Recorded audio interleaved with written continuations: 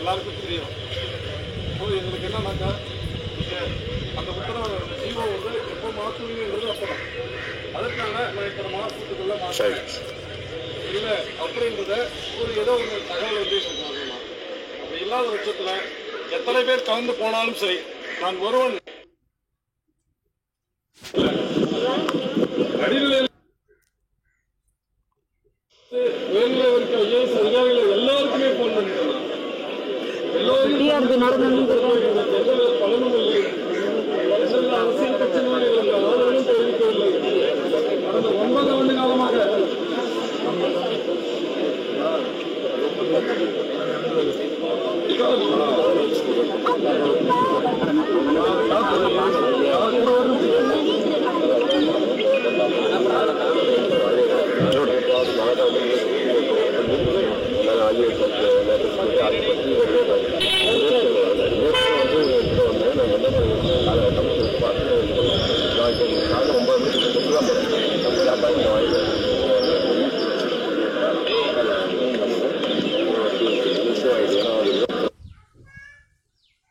நாங்க போனாக்கா இவங்க வந்து நந்தகுமார்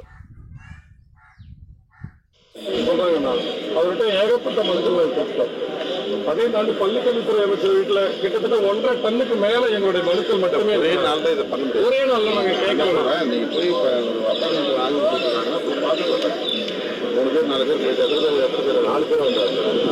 5 பேர் பெண்கள் 2 பேர் ஆண்கள் 2 பேர் நான் தலைமை பொறுப்புன்றதுனால நான் ஒரு அதனால எங்களுக்கு யாரோ அதை போய் நீங்க அது சரிங்க. உங்களுக்கு கோரிக்கை ஸ்ட்ராங்காக சொல்லிட்டோம். கட்டாயம் இதுக்கு இடையில இப்போ நானும் வந்து செயலாளர் சரிங்க.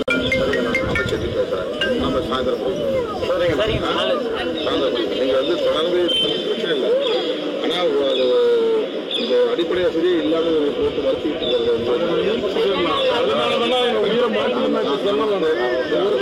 பேச முடியும். முதல்வர்கிட்ட பேச முடியும் போது நம்ம அந்த முயற்சி எடுப்போம். சரிங்களா? போராடி தான் இங்கேயே உட்கார்ந்து தான் பண்ணணுங்கிறதும் இல்லை. இப்போ நீங்கள் போராடிட்டீங்க, அதை தான் உங்கள் கவனத்தை ஈர்த்துட்டீங்க. தலைமைச் செயலகத்தில் போய் உரிய அந்த அரசு செயலாளராக பார்க்கறதுக்கான ஒரு வாய்ப்பு இருக்குது. நீங்கள் இன்னைக்கு போய் பார்த்துட்டு வாங்க, என்ன சொல்லணும்னு பார்க்கணும். சரிங்க. அவங்க கன்வின்ஸ் பண்ண முயற்சி பண்ணுவாங்க. நீங்கள் வந்து உங்களுடைய பிரச்சனையை சொல்லுங்கள். எங்களை ஏதாச்சும் நியமனம் பண்ணுங்க, முதல்வர் சொல்லியிருக்காரு, முதல்வருடைய வாக்குறுதிக்காக தான் நம்ம உட்காந்துருக்கோம் அப்படின்னு நீங்கள் சொல்லுங்கள்.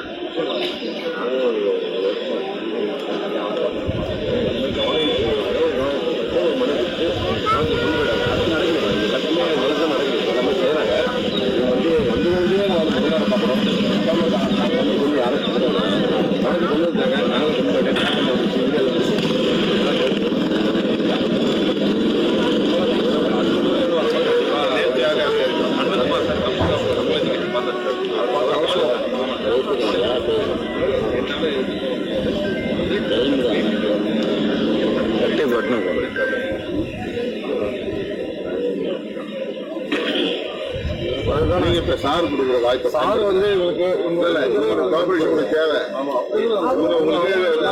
ஃபெசிலிட்டேட் பண்றாங்க. தலைமைச் செயலகத்துக்கு போய் அந்த அரசு செயலாளர் சந்திக்கிறதுக்கான ஒரு வாய்ப்பு உருவாக்கி தருவாங்க. முதல்வரை சந்திக்கிறதுங்கிறது அது பொலிட்டிக்கலா நம்ம பிரச்சனை இல்லை. இப்ப இவங்க வந்து முதல்வர் சாப்பாடுடைய கடமை இல்லை. சார் வணக்கம், திருமாவளவன் பேசுறேன் சார். ஃப்ரீயா இருக்கீங்களா? சரி, ஒன்றும் இல்லை சார். தினமே அந்த டிஇடி எக்ஸாம் எழுதி பாஸ் பண்ணாங்க வந்து ஒரு 150 பேர் உட்காந்துருக்காங்க.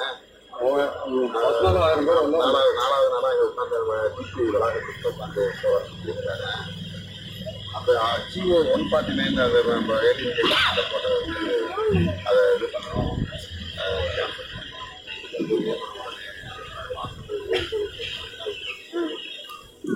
அப்போ எடுத்துட்டு அது நம்ம என்ன பண்ணோம்,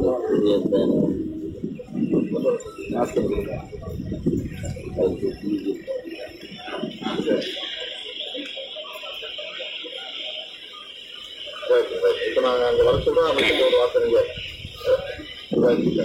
இதை பார்த்துட்டு கண்டிப்பாக. ஏன்னா முதல்வர் வந்து இப்போ ஒரு வாக்குறுதி கொடுத்துருக்காரு. டிஎன்டினாலே போதும், நாங்கள்